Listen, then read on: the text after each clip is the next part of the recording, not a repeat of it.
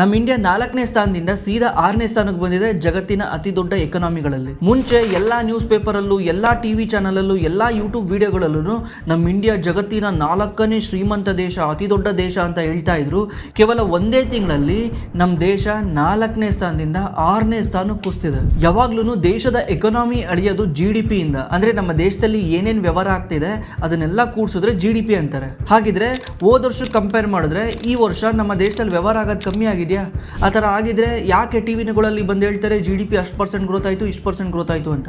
ಈ ಥರ ಗ್ರೋ ಆಗ್ತಿದೆ ಅಂದಮೇಲೆ ಮತ್ತೆ ಯಾಕೆ ದೇಶ ಕೆಳಗೆ ಬೀಳ್ತಾ ಇದೆ? ಇದಕ್ಕೆ ಕಾರಣ ಡಾಲರ್. ಯಾಕಂದ್ರೆ ದೇಶದ GDP ಎಳೆಯೋದು ಡಾಲರ್ ಇಂದ. ಎಕ್ಸಾಂಪಲ್ಗೆ ನೀವು ನಿಮ್ಮ ಫ್ರೆಂಡ್ ಇದ್ದೀರಾ, ಇಬ್ರು ಕೂಡ ತಿಂಗಳ ₹1,000 ದುಡಿತಿದ್ದೀರಾ. ಅವನಲ್ಲಿ $10 ದುಡಿತಿದ್ದಾನೆ, ನೀವಿಲ್ಲಿ ₹1,000 ದುಡಿತಿದ್ದೀರಾ. ಇವಾಗ ನಿಮ್ಮಿಬ್ರು ದುಡಿಮೆನು ಸೇಮ್ ಇದೆ. ನಾಳೆ ಒಂದು ದಿವಸ ಡಾಲರ್ ಪ್ರೈಸ್ ಇನ್ಕ್ರೀಸ್ ಆದ್ರೆ ಅವ್ನು ಸೇಮ್ $10 ದುಡಿದ್ರು ಕೂಡ ನಿಮ್ಗಿನ್ನ ಜಾಸ್ತಿ ದುಡಿತಾನೆ. ಇದೇ ರೀತಿ ಆಗ್ತಾ ಇದೆ. ನಮ್ಮ ದೇಶ ಗ್ರೋ ಆದ್ರೂ ಕೂಡ ಡಾಲರ್ ಕುಸಿತಾ ಇರೋದ್ರಿಂದ ಅದ್ರ ಜೊತೆಗೆ ನಮ್ಮ ದೇಶ ಕೂಡ ಕುಸಿತಾ ಇದೆ. ಇವಾಗ ಗೊತ್ತಾಯ್ತಲ್ಲ ಡಾಲರ್ ಬೆಲೆ ಏನು ಅಂತ. ಇದ್ರ ಬಗ್ಗೆ ನಿಮ್ಗೆ ಅನಿಸುತ್ತೆ? ಕೆಳಗಡೆ ಕಾಮೆಂಟ್ ಮಾಡಿ.